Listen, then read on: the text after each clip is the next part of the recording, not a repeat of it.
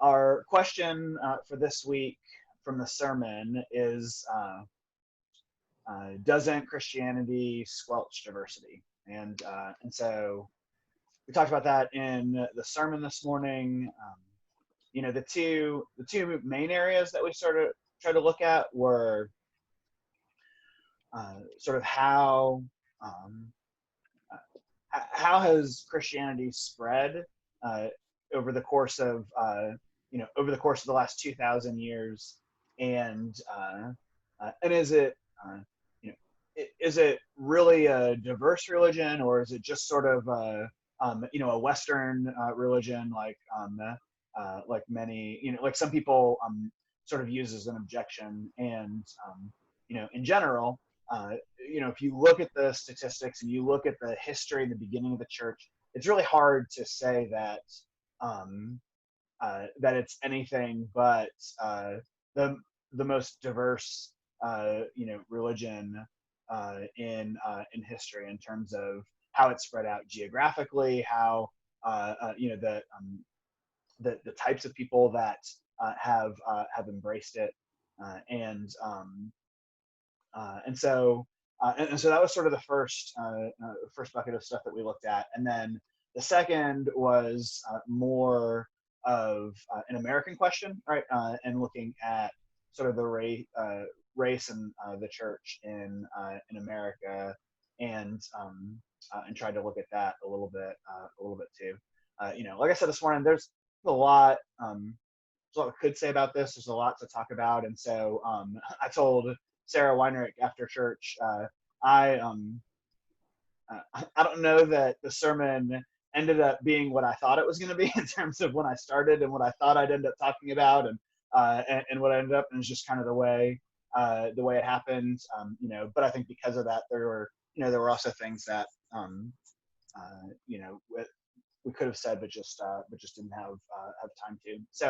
Um, so I was just gonna start by asking if you guys had uh, any thoughts about what we talked about in the sermon this morning, or any questions that you sort of left with that you were hoping to maybe talk about a little bit or discuss tonight. Well, I think one of the issues has got to be how you're defining the church, Okay. because if you go by denominations, there's certain ways to talk about that. As he pointed out in the sermon this morning, Martin Luther King was talking about Sunday is one of the most segregated days of the week. Mm-hmm.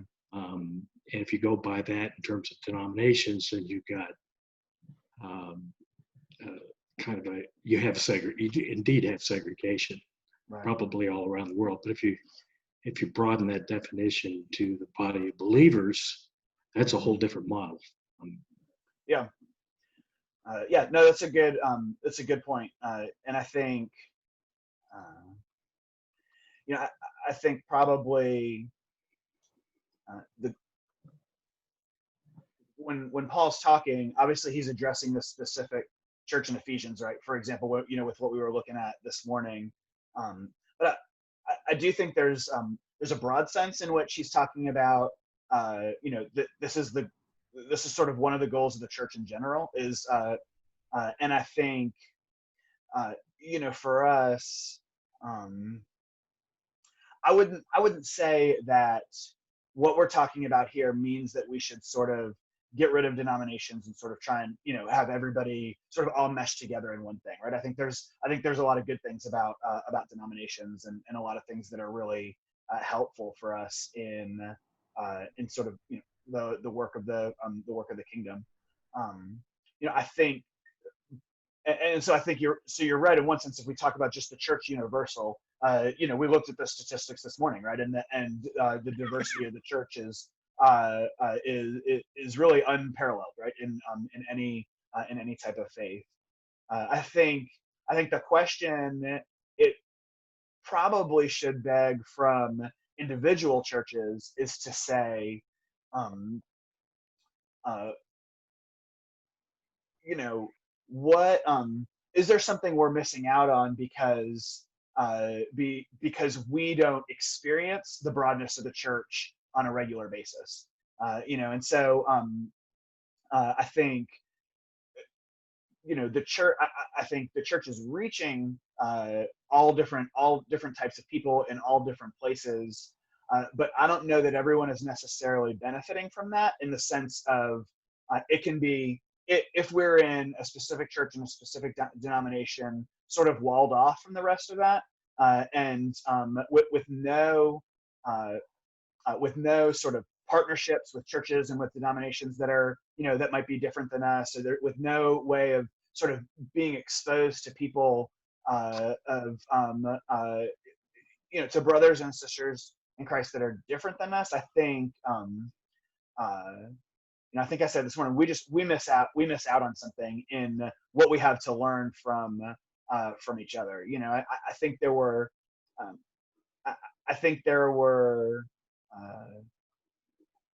specific reasons why Paul,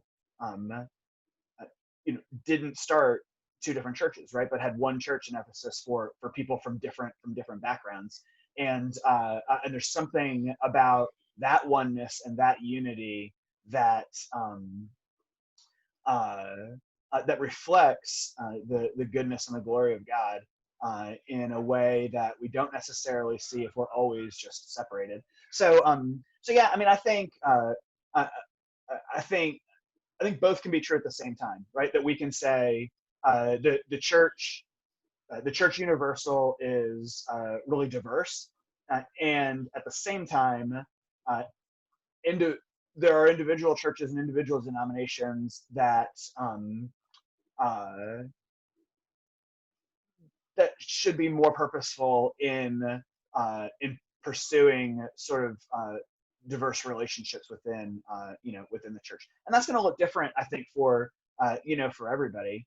Like, for example, our church, we're in. You would like, ideally, you would like your church to reflect your community, right? And sort of the place where your church is. And so, I don't know. I think it would be really hard to be a church in Oconee County that was like, split half and half, right? half white, half African American, or some combination of, because that's not what our community looks like. We live in a relatively white community, and so it's going to look different than a church that finds itself, in a community that really is diverse in in who it represents. But that doesn't mean that that there aren't things that we could do, and ways that we could pursue relationships with other churches and with other organizations and with people who are coming from different places and different experiences, so that we can learn from them and work together and that sort of thing. And I think we're better, for it. Yeah. So I don't know if that helps a little bit. When you mention that quote, it always has kind of bothered me because I don't think it takes into account the way people actually engage with church. Church is much more of a family, and I wouldn't expect people to just drop out of faith to go to a black church, just as I would not expect someone from a black church to just drop out and start coming to us just to have a racial mixture. There's a long history that, especially our family has had at this church. And so to just say that, Sunday morning is the most, unequal, sort of segregated hour of I don't think that really speaks to how people actually go to church. And that's also then to say that only Sunday morning is the only time that the church combines itself. And I think that that's wrong too. Just because you don't have, African-American folks on Sunday morning doesn't mean that you can't interact with them and work with them on, some service project or initiative or something like that at another time during the week.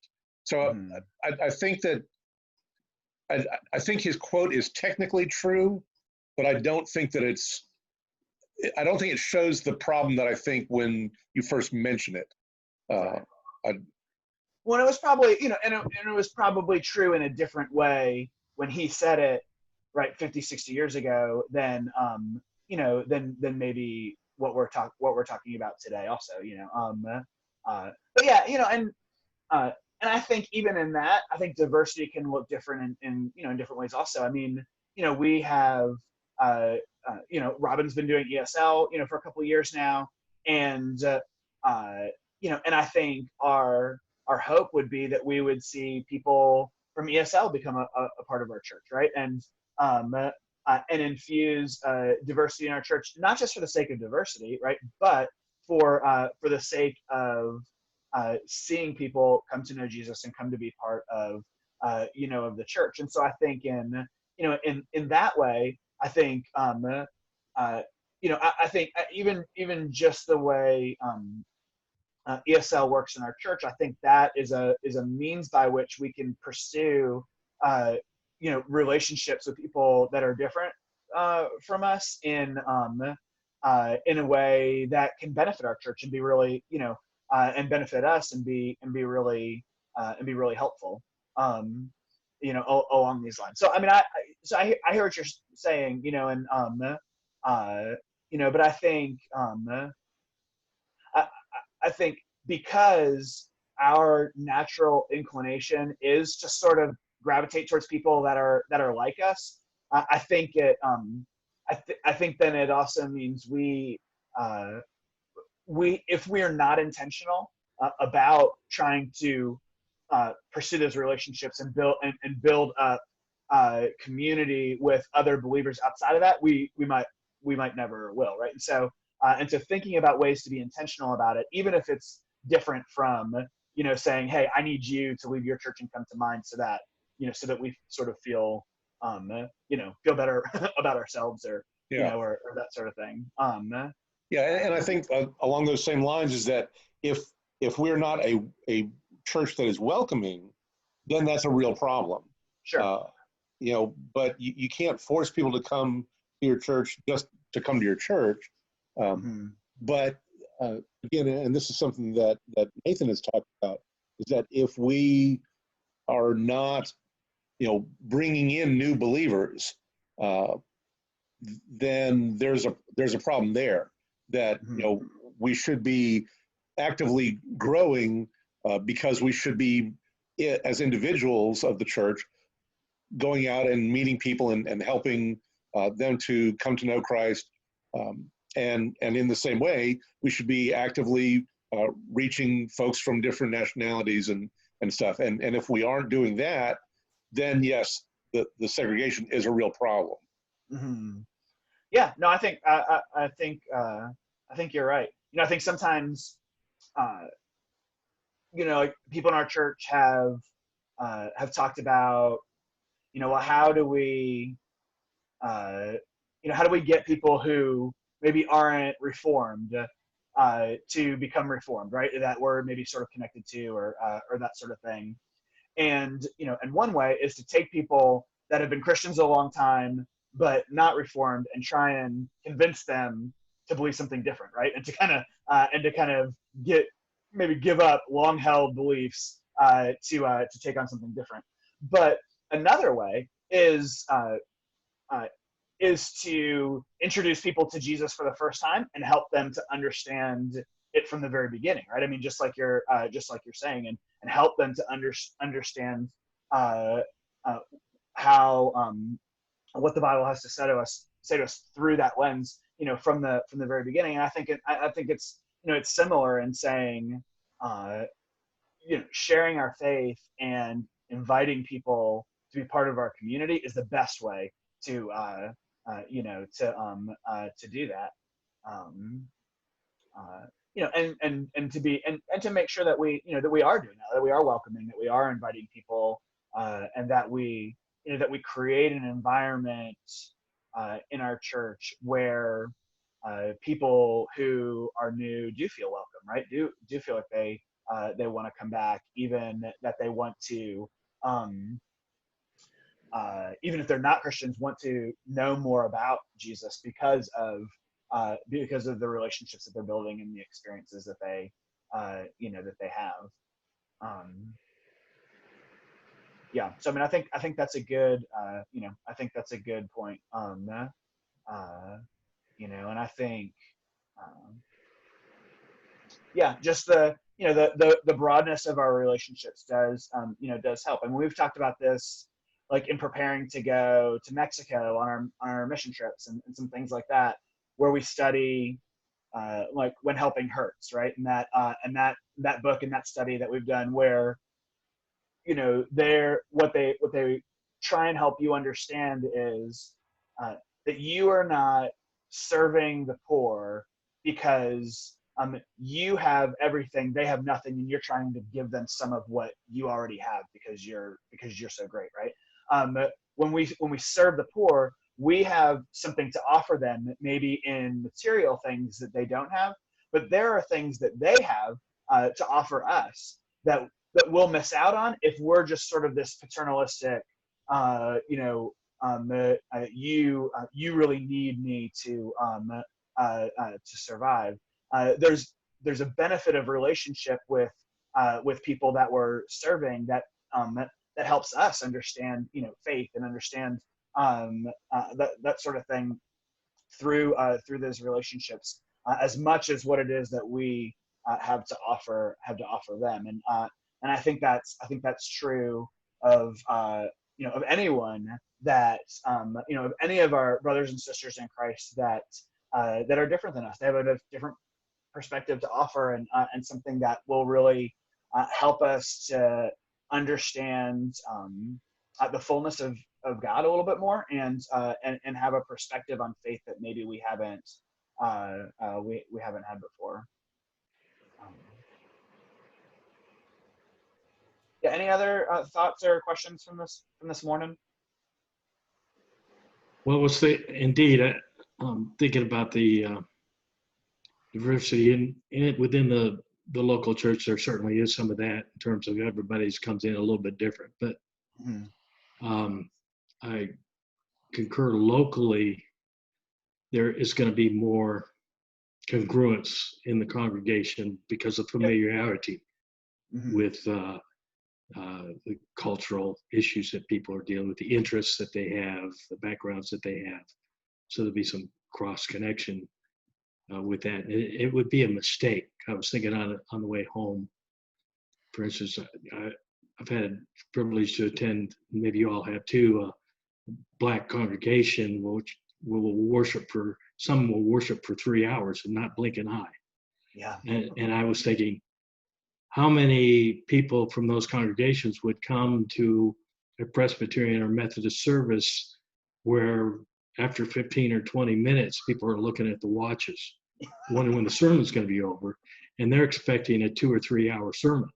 Yeah. And thinking if it doesn't go that long, they haven't had a decent worship service, kind of thing. And I could not imagine very many Black members coming to a white church on that level and staying for very long, because it's just not the style that they appreciate and enjoy as in the worship experience. So that indeed the local situation sort of has to specialize, if you will, in order to relate to fellow believers. Yeah, I mean, there are definitely barriers and challenges in things like worship style and things like music style and all these and all these things that do make it challenging, and that can make it difficult. I think where we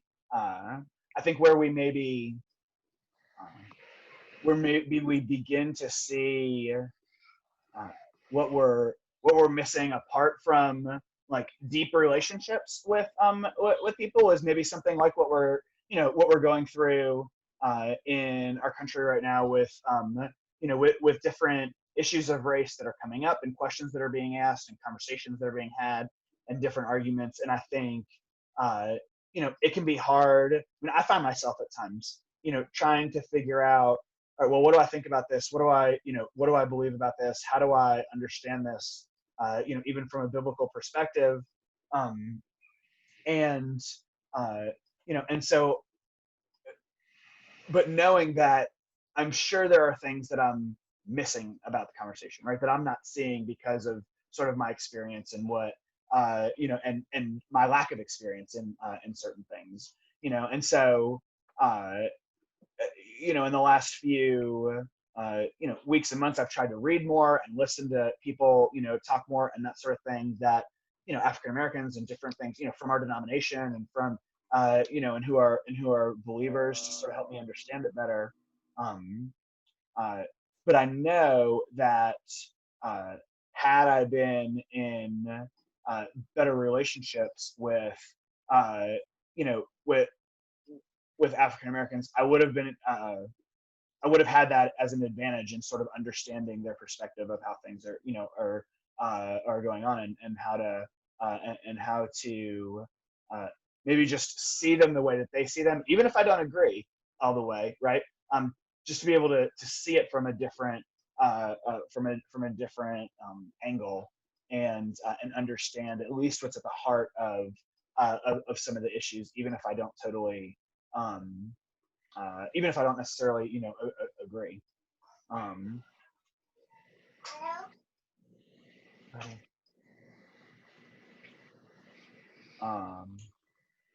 Yeah, no, that's good. And any other thoughts?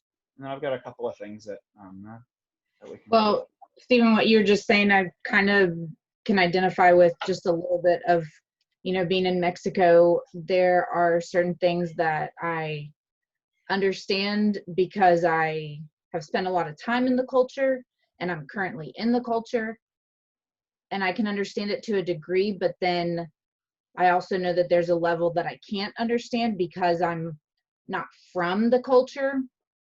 And so that's where sometimes I know I'm an outsider, even though I have an in, I guess.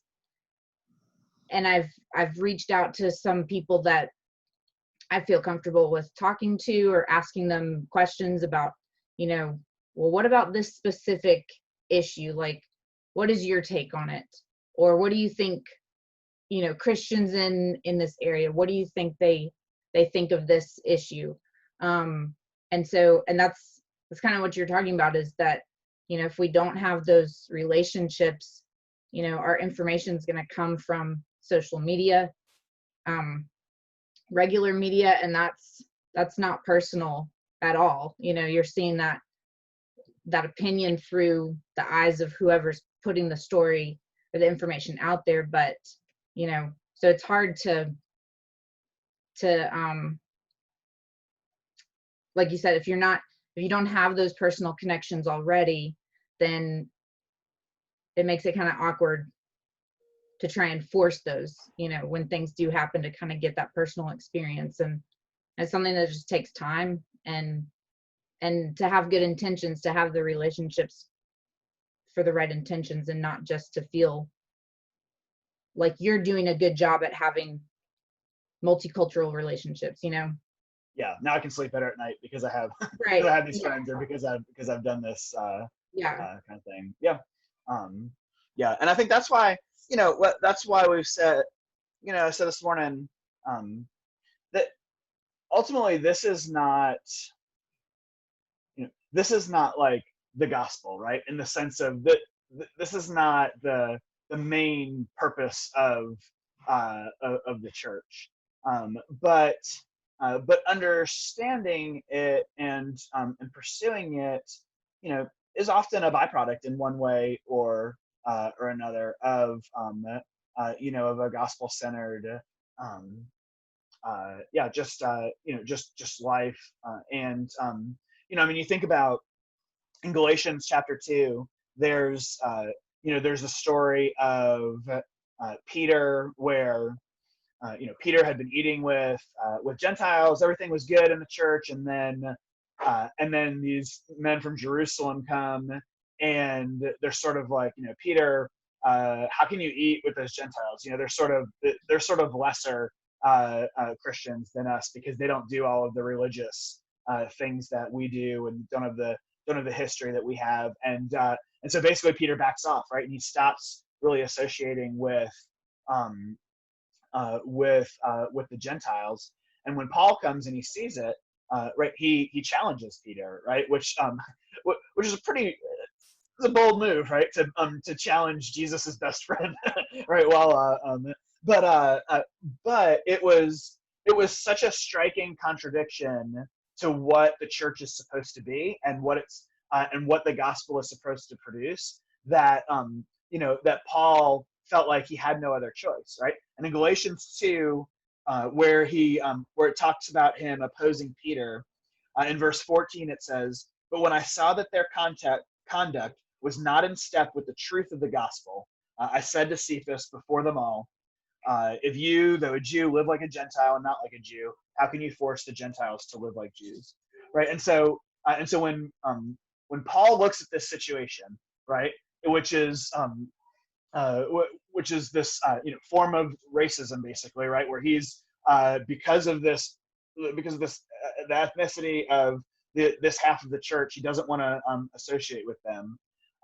Paul says your conduct is not in step with the truth of the gospel, right? And so when we think about something like racism, it's not the ultimate sin, right? It's not the unforgivable sin, right? It's not like but there is something about it that is that's contrary to the heart of the gospel, and that when it's there, it gives the opposite picture of what of what the gospel and the church are supposed to be and supposed to look at. And so I think that's where issues of some of these issues of race are important, and to understand them. And I think in our country we have sort of a unique history in some ways that that causes us. Hold on, buddy. Okay. Okay. That causes us to have to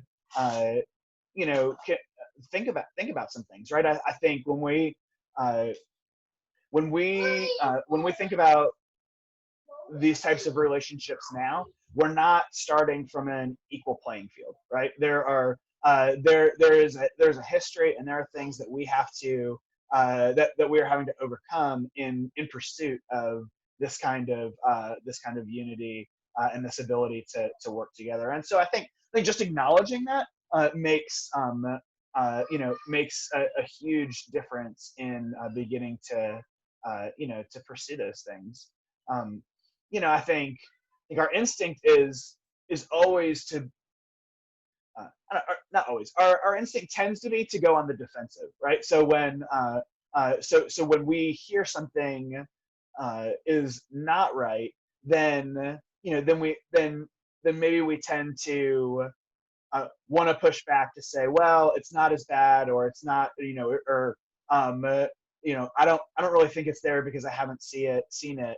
And yet, and so when we talk about something like racism, right, or even something like systemic racism, there's a sense in which our theology, right, of total depravity, right, should cause us to at least be open to the fact that people make mistakes, and that there are and that people have bad intentions in some of the things that that they're doing. In 2 Corinthians chapter 5 verse 16, Paul says, "From now on, therefore, we regard no one according to the flesh. Even though we once regarded Christ according to the flesh, we regard him thus no longer." And so I think I think this is a place where often these barriers and some of these challenges, and even racism itself, stems from looking at people according to the flesh. And so and so in 2 Corinthians 5, he goes on to say, but you are a new creation, right? And so because we have been made a new creation, because the gospel has penetrated our hearts and is changing us from the inside, it should give us new eyes to see other people, right? And to even see the ways in which other people might be being treated according to the flesh, right? And treated in a way that's not in step with the Spirit and with the gospel, like we're talking about. And that is part of the issue. We are sinners in need of God's love and redemption, whether we're believers or not. Mm-hmm. We got it as believers. We got the redemption, but we're still sinners. That's what Paul was pointing out in Romans, is that I don't do the things I want to do. I do the things I don't want to do, kind of thing. Right. So we as believers, yeah, I consider myself pretty open-minded, but when I sit down and take a look at my life and the Black community I relate to, I have bias about that I've never really been able to get away from. Right. So it comes down to how closely can I indeed, and can we as believers get to loving our neighbors while still being sinners, because something's going to come up, something will happen that'll mess that up. But it can't completely mess it up, because we are talking about grace and agape, not not about the word love is not adequate really, but agape is much stronger than our sin. But we still are subject to the reality that, yeah, we'll have stuff that will come in conflict even with our fellow denominations. That's why we got so many in part, is we couldn't get along. Yeah. We couldn't even practice loving your neighbors amongst ourselves. But as still, there's a sensitivity about that, and I think it's a growing sensitivity that we did not do well with practicing what we preach. And I think that I'm perceiving there's a movement toward more love toward even our own fellow believers in this process. Yeah, no, that's that's well said. That's a good, that's a good point. And I think, and I think on the one hand, that's something that gives us hope, right? It's even in the Ephesians 2 passage this morning, we have hope that Jesus is our peace, right? That he is breaking down these walls of hostility, these things that divide us, and he gives us a way towards peace with each other. And so there's a lot of hope in that even though even though this is none of this is ever a straight line, right? From I was terrible at this, now I'm great at this, right? Kind of thing. I mean, we stumble through life as Christians, wanting to pursue Jesus and be faithful to Him, but falling in all sorts of ways along the path, and yet we have hope that God's at work through us, and that God is able to do something in us, and I think that's helpful, and so I think because we have hope, I think all the more it can give us sort of a motivation and a desire to want to actively pursue these kinds of things, and to not feel like I need to be passive because I'm sort of fatalistic, right? Well, nothing's going to change. Nothing, nothing good is going to come out of it. But I can say, I want to pursue this. I'm gonna mess it up along the way. I'm gonna fumble through it, and yet I can pursue it and not grow weary in doing good, not lose heart, because of the hope of the gospel and what God is able to do through what Jesus is doing in us. And so yeah, we have we have both of those things working. The hope to push us forward, but also the humility to know that uh, I'm going to make mistakes along the way. I'm going to mess it up, and so I can be willing to maybe step back and listen, be open to the fact that maybe I missed something here, or maybe I did something that that has damaged this relationship, as opposed to working to build it.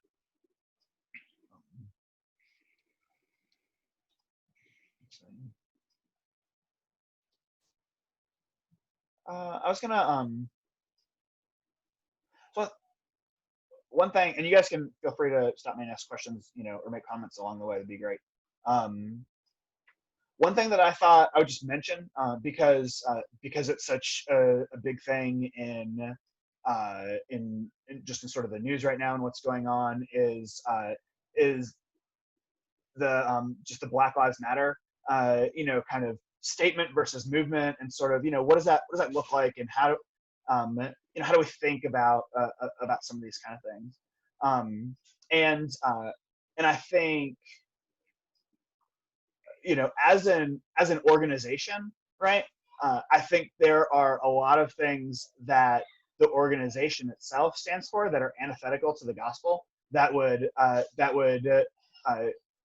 keep us from supporting it as an organization.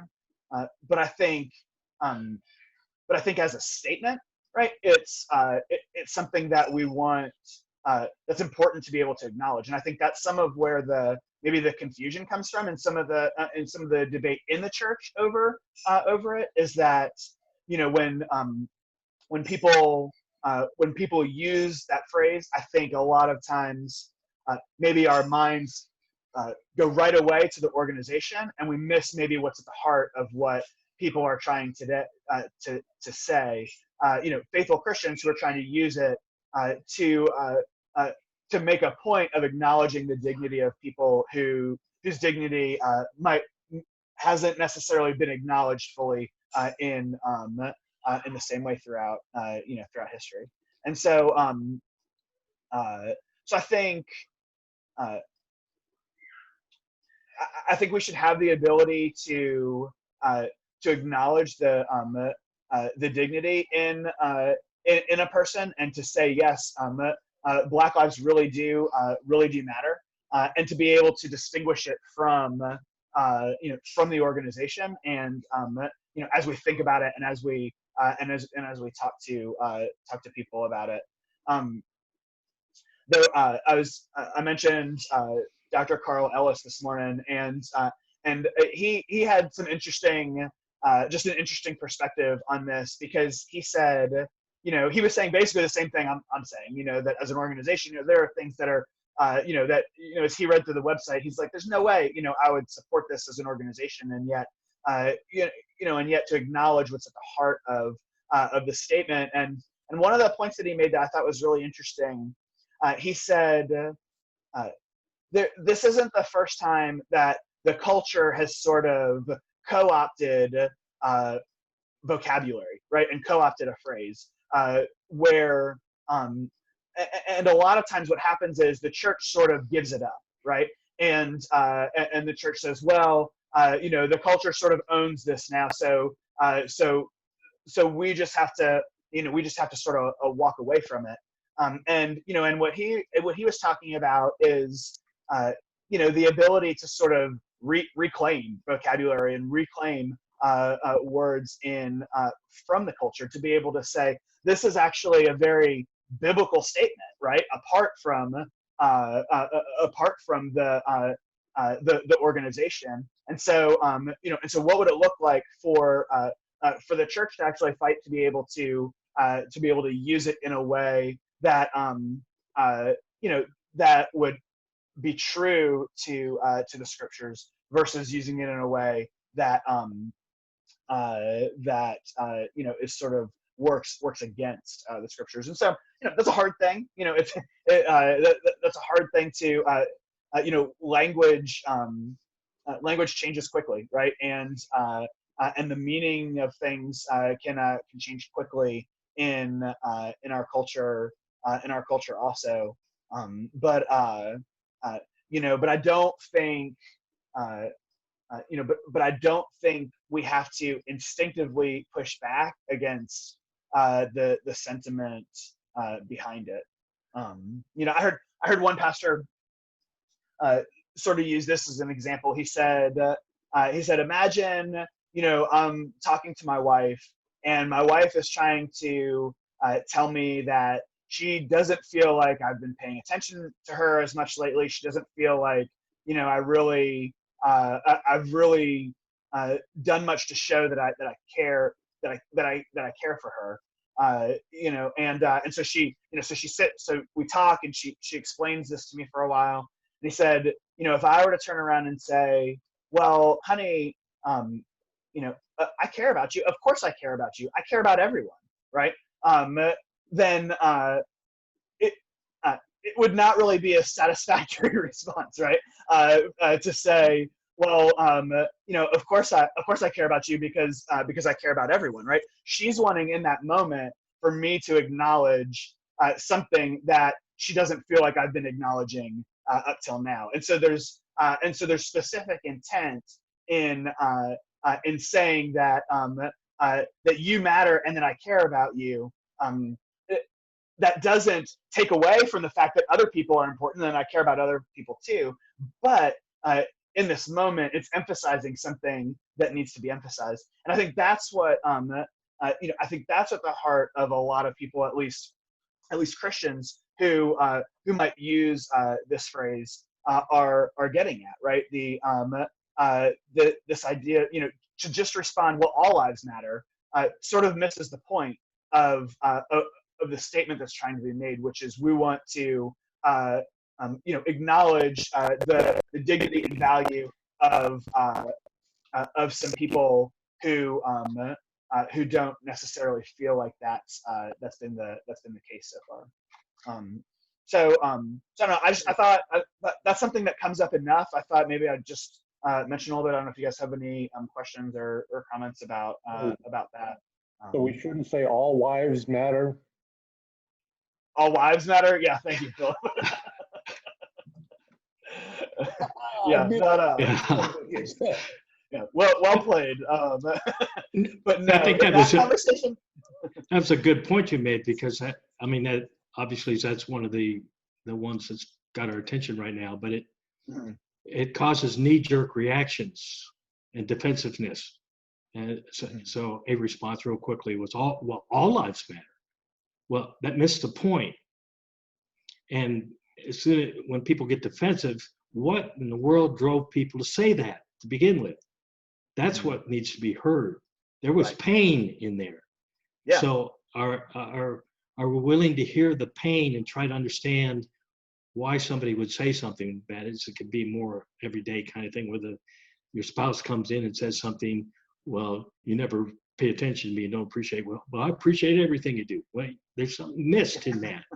Right. It's like there's something going on that needs to be heard, and it has to take some time to unfold. You just can't assume you understand right now what's behind these statements. So I think the church and what our principles are about is to try to help us get to a point where we're willing to grasp what's behind all this, including, we carry the presupposition of sin all the time, that there's something driving this behavior, these feelings, these experiences.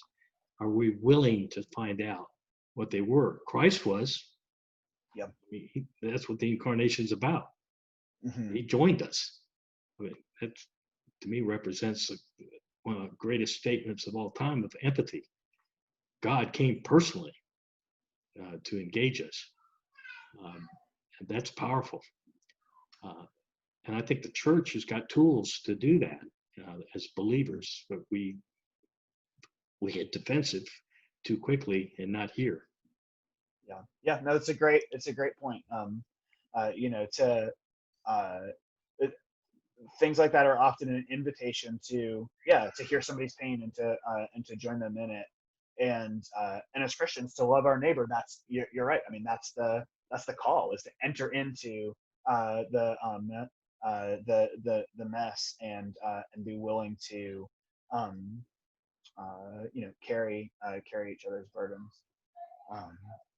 Yeah, Stephen, what you had said, I struggle with a lot with the Black Lives Matter organization versus the idea, because early on, even before the George Floyd stuff, I had looked at their webpage, and with Ellis, I was like, I can't agree to those things, and it's not just one or two statements. It's a lot of things as an organization that I just can't back, and so it's frustrating to try and show support, but not be associated with those things that I can't support, Right.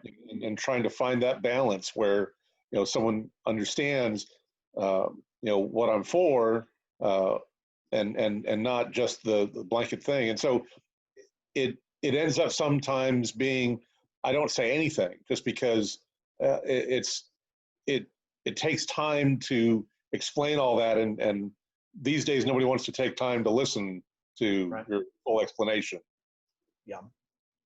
Yeah, no, you're right. I mean, it's definitely, it's a lot of work to navigate these things sometimes, because, even with something like vocabulary, where we can all be saying the same thing and all mean very different things, right? And so, it does take intentional work to even be understood these days, in what we're doing. And I mean, you're right. There's times where it feels like, is it really worth it? Is it and I do think that's one of the places where a lot of these conversations go, I feel like, are more effective, like on a one-on-one basis, as opposed to trying to have a public forum sometimes, where people sort of hear you say one thing and assume you mean something else, and and kind of turn around what you say, and that sort of thing. It's and I think that's where maybe Dr. Ellis was trying to say, it does take work, but what if we could turn some of these things into things that declare really good and and biblical things.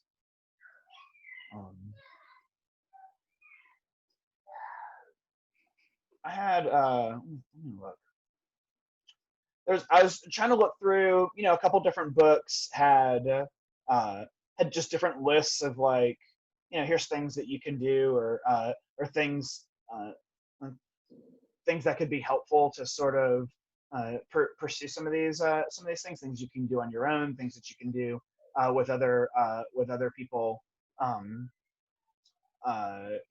was just to learn more about history, right, and the history of the church in our country, the history of race in our country, and I think that I do think that's helpful. Documentaries and books, and even traveling places, I feel like makes a huge difference. A couple years ago, our family went on sort of a trip for spring break, and we went to Memphis and went to the Civil Rights Museum, and then we went to Birmingham and went to the Civil Rights Museum that's there, and it was really helpful for me. It was helpful for our kids, I think, to understand a little bit better, at least the history of some of this, and to see some of the roots of what's going on now, to better understand what's going on. And I think ultimately that helps us understand better how to move forward, right? Like we were talking about before, being defensive. I think it's easy to sort of it's easy to have those knee-jerk reactions of just, well, that was all a long time ago, or people need to just get over it, or or that sort of thing. And I think sort of trying to trying to really grasp the history of some of these things helps us to at least empathize and appreciate where where other people are coming from. And I think too, learning about Christian minorities in history, the history of Christian minorities, people like Francis Grimke and Fannie Lou Hamer and Harriet Tubman and Frederick Douglass and these types of people, these people were all Christians, and they are a part of church history, our church history, as much as Dietrich Bonhoeffer or or any of these other people that we would look to and want to learn about and learn from. And so I think that's helpful for us too, to sort of not just think of it as like Black History Month in February and then I don't think about it again, or something like that, but to say, the history of the African American church in our country, the history of Christians who were African Americans and who fought for civil rights and for freeing the slaves and these sorts of things. That's a part of our church history, and to sort of recognize it as that, I think it is important. Just like it's important for us, to learn about the history of the church in the world, right? And to recognize that that's our history too, and that's our family history, our church history. To look at the church in China, to look at the church in Africa and in places like that, and to be able to learn from it, to celebrate it in all the same ways that we would do, the history that maybe we feel more directly connected to. And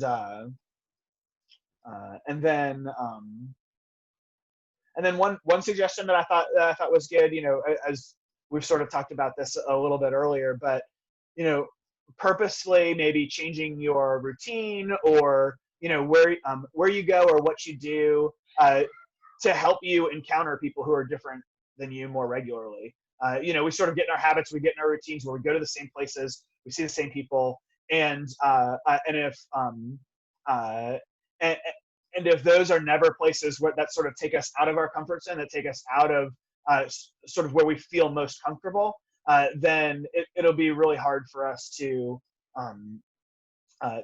meet people and encounter people that are different from us. And so they were just talking about sort of what's one thing in your routine that you could purposely change to have yourself, to find yourself in a place where maybe you're the minority in this place, right? Or where there are people that you can meet and encounter that are different than you and get to know. And then the last thing I'll say about this, and see if you guys have any questions. One book I read said that people often say, if I lived during the civil rights movement, then I wouldn't have sat on the sidelines. I would have jumped in there and I would have done something. And he was just saying, we have that opportunity now, right? There are ways in which we can be proactive in advocating for our brothers and sisters in Christ that are minorities in our country and that are maybe experiencing injustices of one kind or another.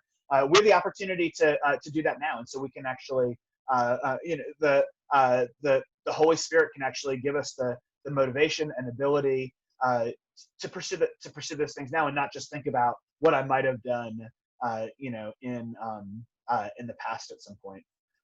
So I don't know if you guys have any other questions or any other thoughts about that. What popped in my mind is not directly church related, but and I don't know if you can find this on YouTube. I think you probably can. Bill Curry, who was Johnny Unitas's center with the Baltimore Colts, is a Christian and does testimonies with FCA and what have you. I don't know how much he's doing anymore because he's must be approaching 80 now. Not that should shut him down, but he did a video called The Huddle, in which he talked about, and I'm going to say this softly, features Georgia Tech, I believe. But anyway, he was talking about the diversity of the huddle, how people of different cultures and different backgrounds and different shapes and different sizes and different levels of intellect, if I can use that term, and different motivations all come together for the task of carrying out teamwork on the field. And when I listened to that, I said, this is what the church should be about, and is about, actually. Yeah. But I thought it was a pretty interesting snapshot that he presented. And I don't know if you all would be interested in looking that up. Okay. I have seen it, so I didn't look it on, see if it's available on YouTube right now, but I imagine it is available. It's and Phil I believe Curry, it's called is The his name? Huddle, Bill Curry. Yeah. Bill Curry. And I think it is a pretty good snapshot of what the church is about in diversity, but it's not about the church. It's about football, about sports. Yeah, no, that's interesting. That's good. Any other thoughts or any other questions? Should we wrap up?